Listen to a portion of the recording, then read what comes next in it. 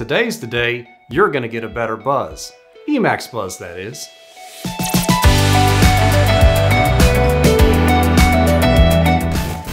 I purchased this Emax Buzz not long ago.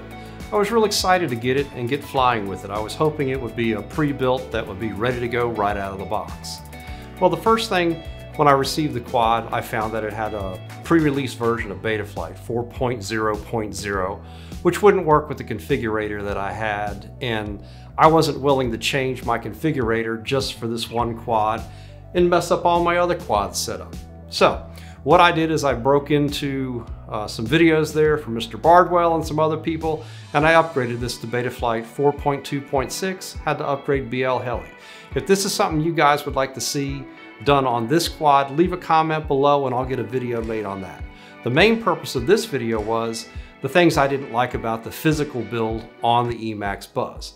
The first thing was the way they mounted the XM Plus receiver, and they just double stick taped it to the flight controller, which I didn't think was good for vibrations, and it really just wasn't attached. So the first thing I did is I designed to mount the XM Plus receiver. What I did is design this out of TPU, and it has two holes in it for antenna tubes. As you can see, they're out on the front of the quad here, so we're going to get good reception. It's away from the carbon fiber, so it should work well. I actually haven't flown this yet, but we'll see how it goes. The next thing that I did is I didn't like the fact that it wouldn't sit flat on the table. It was actually sitting on the stack screws in the bottom, which actually were really loose when it came out of the box. So word to the wise, make sure you tighten up all the screws on this before you fly the quad. You're going to find it flies a lot better with tight flight stack screws. So what I did is I designed an arm guard here that actually protects the arm as well as has a landing pad on it, so it actually will sit flat, and it's also easy to set the origin on your flight controller as far as the gyro set on that. The next thing that I did is I didn't like the way that the VTX tube wasn't supported properly, and it's screwed into the back here, which is nice, but of course it's just going to stick out straight. It could possibly come over and hit the propellers as well. So I jumped into Tinkercad and I designed this little part here. There was one that was on Thingiverse, which is a really nice design, but it attaches with tie wraps, and I don't like using the tie wraps. I like to have nice secure things, so I designed it so it actually will nut and bolt through, and it encompasses the antenna tube so you don't have to put a tie wrap around the end. So of course, I think my design's a little bit better.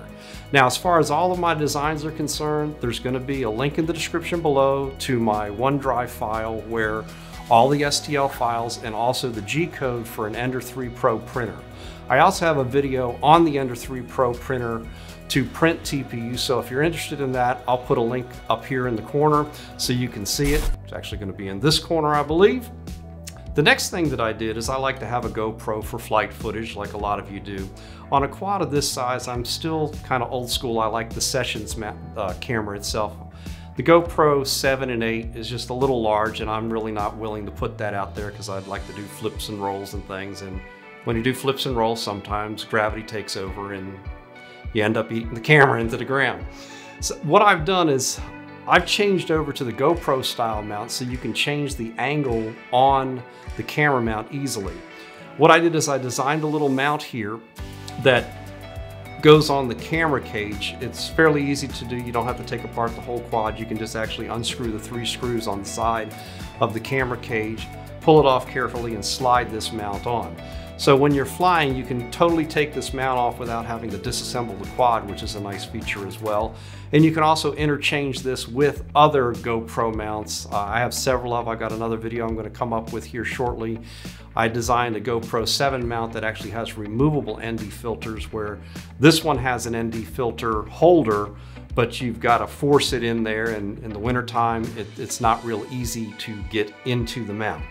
The last thing that I did on this quad was I had a problem actually on my iFlight Sedora where the balance lead holder contacted the propeller, and on the maiden flight actually caused the motor to shut down, and it landed on the roof of the neighbor down the street, which thankfully I had programmed in to flip over after crash and was able to upright it and take off before they realized what happened. But we won't go there. Please don't call the police on me. So what I did is I've designed this little piece here that holds the balance lead that goes underneath the strap for the LiPo. So it will actually go right in the side, and it keeps it up out of the way of the propeller, and I found these to work well. I've got several of them on different quads, and I've got different straps. I'll put a link to those in the description below as well, with different sizes for different straps. So if you want to use them on other quads, that'll work well. As far as that's concerned, that's about all I have for this. So we've got the RX mount, so you can mount your receiver nice with some tubes. You've got your landing feet. You've got the VTX support back here. You've got a nice GoPro mount as well as a sessions mount with an ND filter. And you've got the balanced lead holder. So now all we need to do is go out and fly and perfect the tune on this quad. Thanks a lot for watching. Don't forget to like and subscribe. We'll see you on the next video.